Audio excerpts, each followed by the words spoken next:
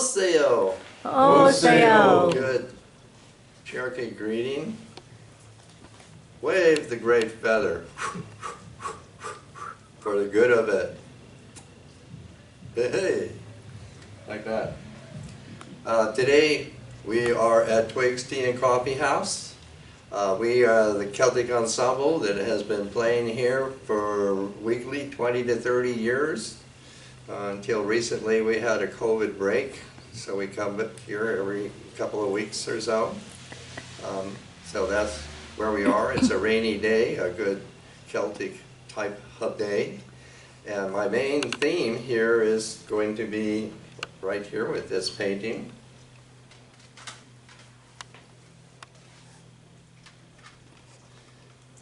And when we were producing CDs a while back, we produced a CD with this painting on the cover. It's my painting, and called The Eye of Bel.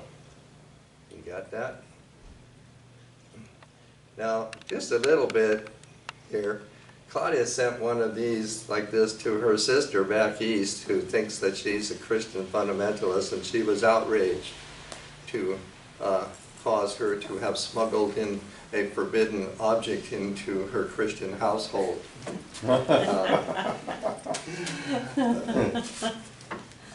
Wherever they get these ideas, Bel does not appear in their Bible whatsoever. I think maybe it was the book of Isaiah that you do have the word Baal. Now, I tried to talk to this woman on the phone about this, and you can't get anywhere with those people. They're armored in denial. Baal is the Phoenician word for Lord. Lord is an English word. Where does that word come from? It comes from loaf, actually, loaf master. If you can think, of that kind of a state where somebody, manages the loaves, So that's where the word Lord comes from, that is translated to Baal. Bel is something else entirely. Bel originates actually in southern India as Sulu, that is the daughter of light. Somehow it changed into Bel. Gurain is the sun in Gaelic. So Bel is her Maxulul, is kind of her envoy, so Celtic people, whatever, make offerings and things like that to Bel for his mother, the sun. You can kind of put all those kind of things together here. This is my replication of a petroglyph. And this petroglyph is located in eastern Oklahoma, where some of the people here visited in the Coso Range. And in this book, published in the late 60s there, of the petroglyphs that are there in that region. I mean, it's totally a research book, an inventory book of thousands and thousands of petroglyphs, And this particular one is also in their inventory here. It's right here, so you know that I didn't make it up. And on the rock itself where this image is packed, it is rather surrounded by other pictures of bighorn sheep, like any of these, with the curved horns on them, like that. So the petroglyph context for this is surrounded by the usual images of the bighorn sheep. So whatever, this guy is in the center of it. This is Celtic. The Eye of Bel, definitely something that is Celtic. And it's written in the Gaelic way of writing, and that is Ogam is what it's called. And it's a rebus when you can arrange these strokes is what they are for the letters. In other words, it's not phonetic.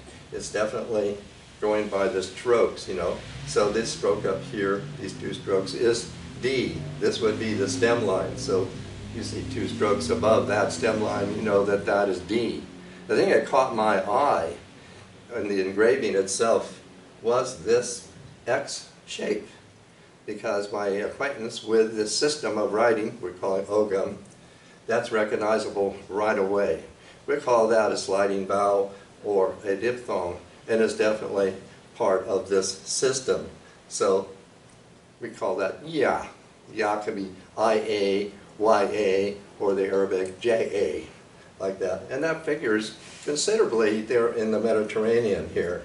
So you get, Ya, but in Gaelic you pronounce it like a J. Gia. That's Gia here. And this leg would be B. The system is called Beth Lois because the first two, call it this leg, letters is B-L. So this is the letter B, and this is the letter L. So it's B-L. And these are the consonants for Bel, who we're talking about. Here, the hoof forms, let me say, is also another diphthong in the system for Yui. Yui. So this is part of saying I is Suil, Suil, Suil, Bel. So this is the Eye of Bel. So that's Suil. So that's the way that it's accommodated here. Also, the person knows something about these animals, and his foreleg is forward, well, his right foot, and he stamps. He stamps. So that's a blessing when you're, meeting one of these animals. I have, and he stamps his foot. Ah, I'm blessed. He's blessed me. So that's why this foot is outstanding. So all of this is the Eye of Bel. So the Eye of Bel is, looking on me, looking down at me. And there definitely are ways to address that in Gaelic. So that's the main thing that I have here. Along with that, I'm bringing some other eyes in.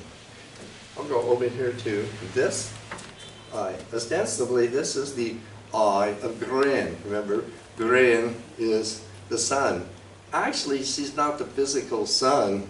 She's the effulgent principle, and the sun is her attribute. So, but we'll just say the sun. And this is the head, actually, of Ogma. In other words, there's a body about 3 or 4 feet longer underneath this head. But I'm emphasizing the eye in this theme today. So this would be the head of Ogma. Ogma is the creator of this system called Ogam. So how did this come about?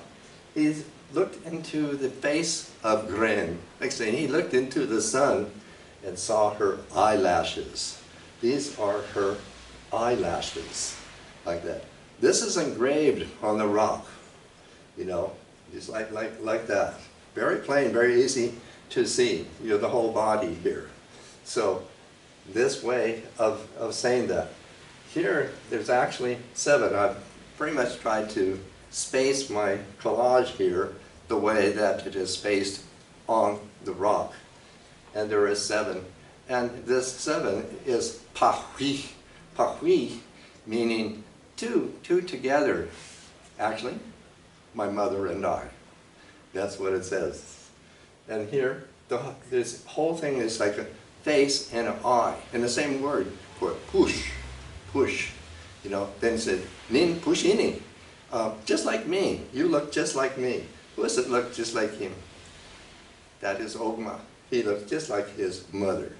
That's the way that is figuring there. Even here in the center, the word for the face, for the eye, or a seed of a peach is the same. So you can see that's the seed there of the face, of her eye, and how all of this radiates. The rest of the body carries this out. Even he's holding in his arm there his signature in consonant. It definitely says that's who he is. He's Ogma. So this is a Celtic petroglyph here. The Celtic people in this country, judging by the things that they have left written on the rock, have come from Celtidom. Not only the British Isles, but other places like Spain, or perhaps even where the country of Greece is. But anyway, this is another evidence of people here in this country. My theme, ongoing, I'm given an education in Cherokee, and that's kind of like your mouse access on your computer. So I have a way into all of these things. The misapprehension of Native America by the invading Europeans, I'm doing my part to rectify that. So we're going a little bit farther here, but with the eyes here. This here, this is Egyptian. This is the Eye of Horus. Horus. That's, this very piece here is Egyptian. Here. Now Horus, this is a Greek. The Greeks, were there for a while, and they kind of Hellenized everything according to their way of speaking and thinking like that. So Horus is basically a Greek rendering for this falcon, hawk, like that. In Egyptian, it would be more Heru or Haris, basically meaning the face in the sky. And often it is rendered actually as a face, like a human face, up there. That seems to be sort of the original. But now here, look at this. This is from here. This I found, I should say, this is my replication of the artifact that I found. So it's a bit larger. It was made out of clay, but just like this, but smaller than this. And this I found in the Anasazi ruins in Arizona, like that, about 50 years ago, like that. And what this is the same thing. It's called Yu'at. Yu'at. This is an amulet of Horus for good health and safety. So this is, another little thing that shows here in the southwest of this country, people have come from the Mediterranean. All of the groups, nations in the southwest and northwest of Mexico have stemmed from the Mediterranean. The Hopi come from the eastern delta. They guarded the turquoise mines. That's why there's so much turquoise in their culture. Definitely. They also bear the black factor, and that's pretty significant. Another people are the Yaquis. The Yaquis, Americans give people these names, Their name is Yohemi. They are Egyptians.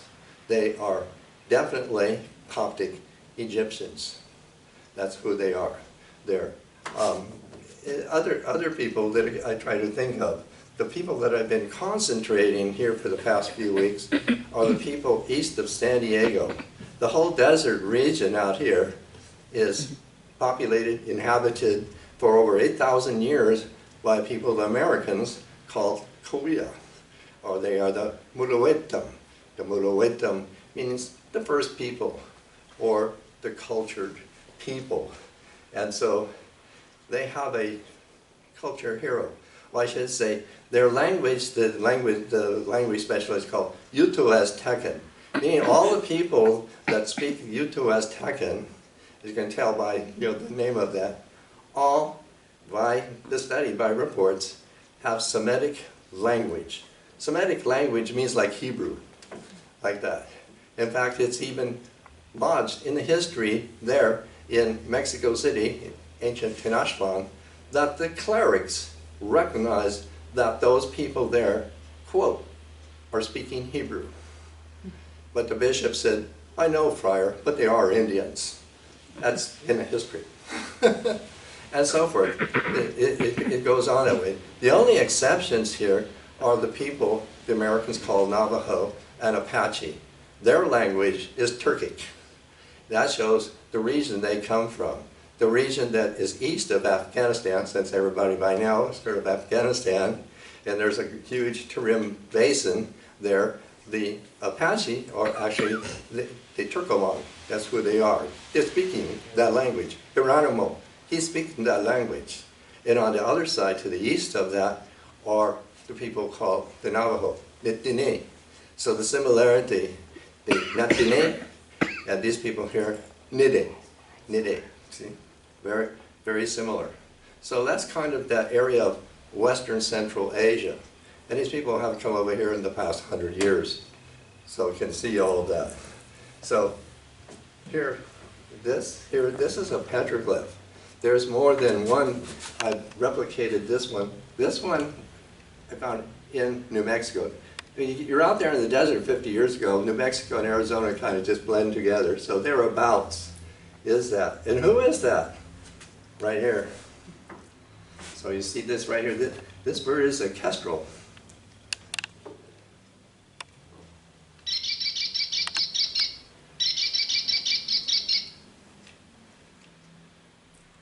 Now, the falcon of Egypt is kind of composed of basically two birds. They kind of put together to make, you know, the classic image. But what they have is these marks on their face, on their cheeks. You can see that. This side is better than this side, so I'm showing you that. So, as these people have come over here, Horus is the, I don't know, pervasively the greatest in all of the ancient world, like that. And what the people did who migrated, well, can say, over here from that country, you see, these are his cheeks on his mark, that the Horus falcon of the Nile was translated to the American kestrel. And other pictures, I made another really good replica I sent to Professor Diana Bleachley she's at the university in Las Vegas, you know.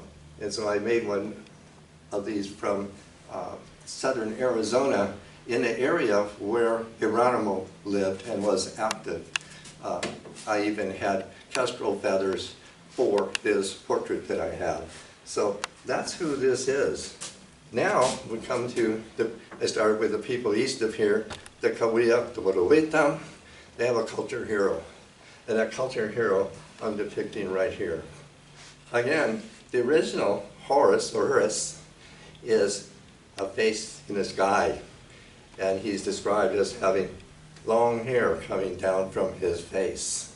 And in this long hair, in the myth, he upholds the sky like that. So this is a mask, a Korean mask, of their culture hero, whose name is Kasili Pewek, meaning hawk, his wing feather. Who is he in Egypt? He is Hieropekart. Hieropekart, the Greeks call it Hippocartes. He is the child. He is the child of Horus. In other words, Horus the younger, Horus the child. That's who he is. And how did he come to be here with these people? Well, these people show considerable evidence in the language and culture very similar to Egypt. They're from Libya. Oh yeah, what we have, I mentioned last week, is that the people the Americans call Zuni, they are the Ashui. They are Berbers. Ashui is the Egyptian name for the Berbers.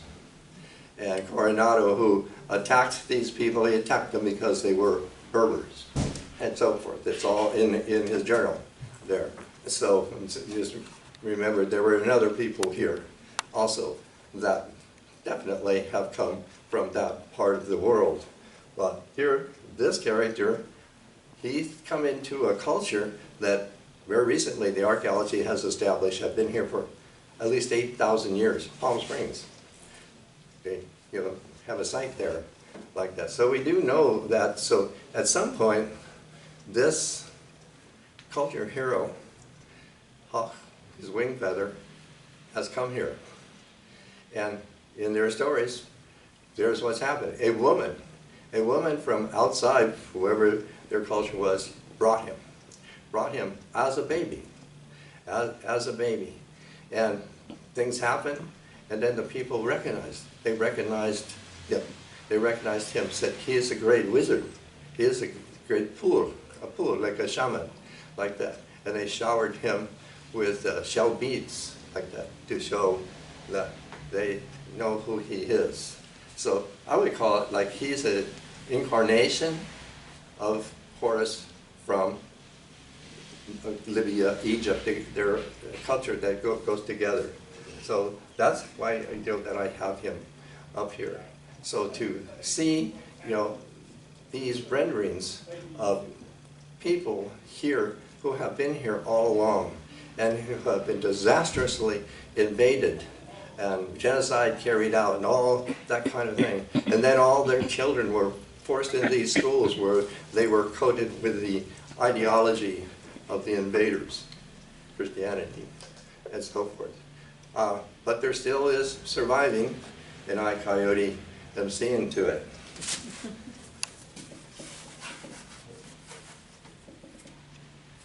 So, I do have something to end here with, a prayer, a chant that's Celtic, and this is going to be for Ogma. We'll say that's Ogma. Okay. To the Sun Lord, Ogma, to you be a hailing, the blessing of Crom Croak, stone and thunder, both of them be upon you, and both plains and hills give again blessing, and our birds and bees, the feathered and insect worlds, and the luxuriance of growth, and the 7 days, and the heaven of stars, the air and the ether above it. May fish in the water bless you. May sand and soil bless you.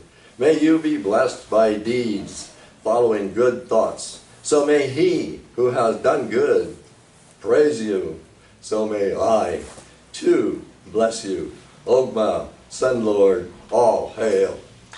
All hail. Hey, hey!